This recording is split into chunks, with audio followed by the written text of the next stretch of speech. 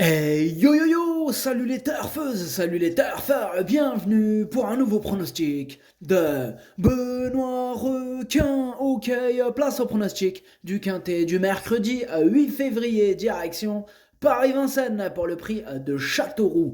Pro attelé, 2100 mètres, 15 partants, départ autostart, réunion 1, course 1, indice de confiance 2 sur 5. Petit retour sur les quintés du lundi 6 et du mardi 7 février. Lundi, dans mon pronostic, je vous ai donné le tiercé en 3 chevaux.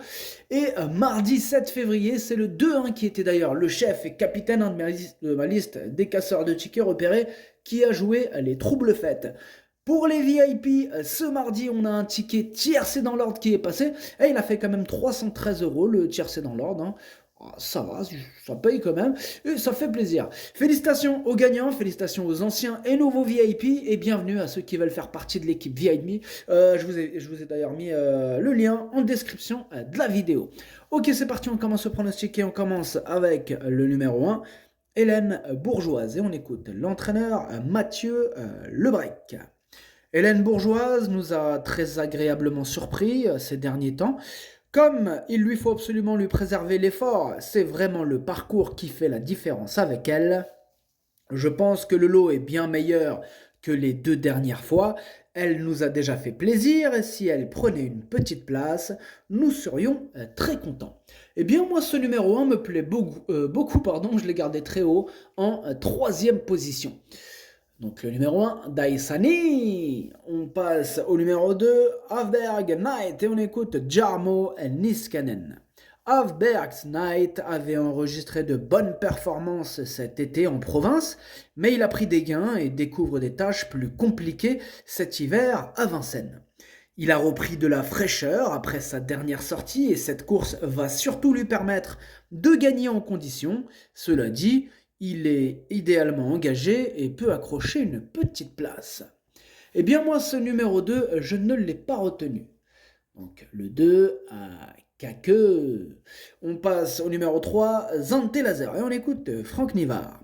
Zante Laser affrontait de sérieux clients et n'était visiblement pas au mieux en dernier lieu. Elle est maniable, mais il faut impérativement lui masquer l'effort et se montrer patient. Elle peut profiter de ce bel engagement et de ce bon numéro pour accrocher une place. Eh bien, moi ce numéro 3 me plaît bien, je l'ai gardé assez haut en 4e position. Le numéro 3, Yomi. On passe au numéro 4, Fanatique Flash, et on écoute Jean-Philippe Raffegeau.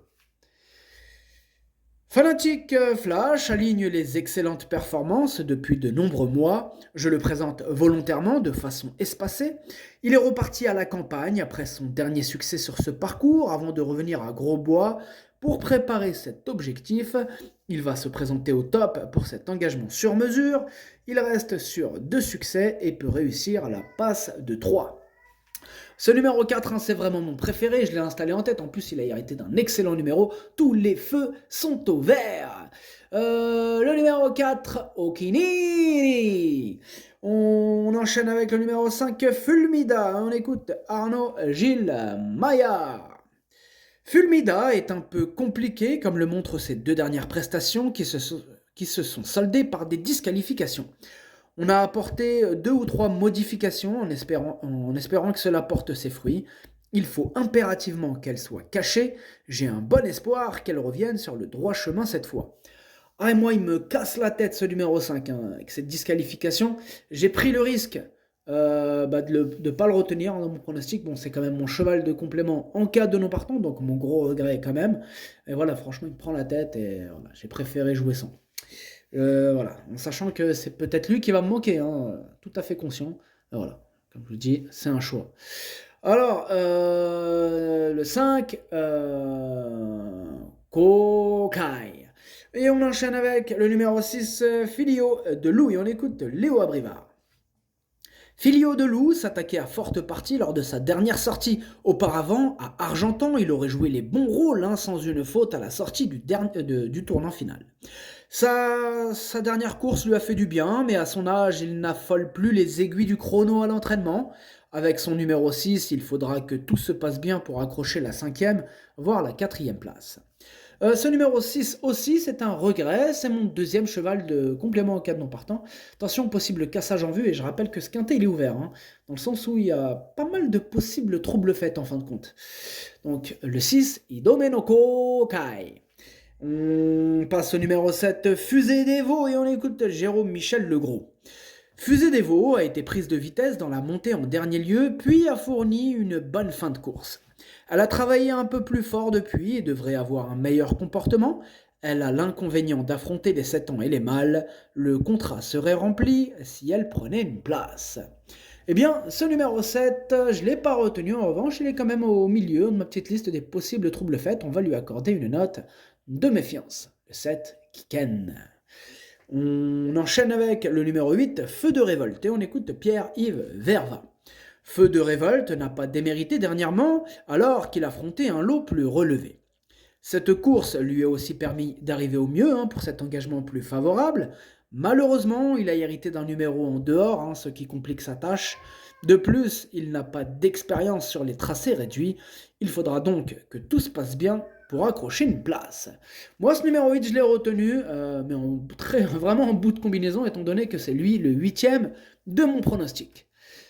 Donc le 8, Hati. On passe au numéro 9, Atikdi. Et on écoute Vitale Ciotola. Atikdi est arrivé depuis peu à l'écurie, il affiche une bonne condition physique à l'entraînement, il possède de sérieux titres et a déjà brillé au plus haut niveau à l'étranger il y a 2 ans. Cette sortie va me permettre de mieux le juger. Il faut surtout qu'il ne tire pas. Même si tout n'est pas réuni, il peut dès ce mercredi accrocher la 5e place, car il est doué. Eh bien, ce numéro 9, moi je ne l'ai pas retenu. Donc, le 9, Kake. On enchaîne avec le numéro 10, Sam the Man, et on n'aura pas les commentaires de l'entraîneur, c'est Björn Goop, il est parti pêcher. Alors ce numéro 10, moi je l'ai retenu, mais en bout de combinaison. Le 10, Dokei. On passe au numéro 11, Critérion, et on écoute Frédéric Wallin. Critérion est bien, la dernière fois à Saint-Galmier, dommage qu'il se soit touché les genoux car il aurait gagné. Cela n'est plus qu'un mauvais souvenir car je suis très satisfait de lui au travail. Je pense qu'il peut faire une bonne performance. Eh bien, moi ce numéro 11, je ne l'ai pas retenu, mais il est à l'arrière de ma petite liste des possibles troubles faits, donc question de feeling, attention quand même. Numéro 11, Kiken. On enchaîne avec le numéro 12, That's So Cool, et on écoute Eric Martinson. That's So Cool est régulier et s'est bien comporté ces derniers temps en Suède dans des épreuves d'un bon niveau, tout en ayant l'inconvénient de rester ferré. Là, on va pouvoir le déférer, ce qui va donc l'avantager. On espère qu'il va confirmer pour sa première sortie en France. Sachez qu'il est mieux en venant de derrière. Eh bien, moi, ce numéro 12, il me plaît bien, je l'ai gardé en 5e position. Le 12, Do-I. On passe au numéro 13, Zoro Wind, et on écoute Andrés Boldura. Zoro Wind a gagné facilement sur ce parcours en dernier lieu. Il retrouve des conditions semblables, même s'il doit cette fois s'élancer en seconde ligne. Il apprécie les courtes distances et devrait encore prendre une part active à l'arrivée. Bon, moi ce numéro 13 fait partie de mes préférés, c'est une première chance. Je l'ai mis en 2e position. Le numéro 13, Watashi no Nibame no Okiniri. On passe au numéro 14, Gilles Moore, et on écoute Daniel Delaroche. Gilles Moore paraît en meilleure forme après avoir eu la maladie de Lyme. D'ailleurs, sa dernière prestation en atteste. Avec un peu plus de chance, on aurait été mieux. Il apprécie les 2100 mètres autostart. Comme il part en seconde ligne, il faudra forcément un bon parcours, mais cela lui permettra d'être caché, un avantage pour lui qui est plutôt un peu trop volontaire en partant. Eh bien, moi, ce numéro 14, je l'ai retenu, mais en bout de combinaison. Le numéro 14, Nanaï. Et nous terminons avec le numéro 15, Rotat. Et on n'aura pas les commentaires de l'entraîneur. C'est toujours Björn Goop qui est toujours au même endroit, à la pêche.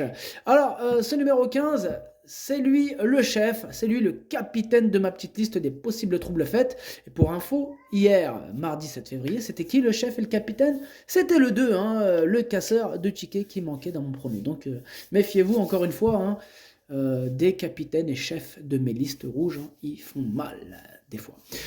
Alors donc, c'est le numéro 15, comme je vous ai dit. Voilà. Donc en japonais, ça donne en japonais, le 15, Kiken. Le pronostic, ça donne 4. 13, As, 3, 12, 10, 14. Merci d'avoir suivi cette vidéo. N'hésitez pas à mettre un pouce bleu si la vidéo vous a plu. Vous aidez ainsi grandement la chaîne. Pour accéder à tous mes tickets pour la course du Quintet, rendez-vous directement en description de la vidéo. À jouer avec modération. Bonne chance. Chopez-le moi. Ciao.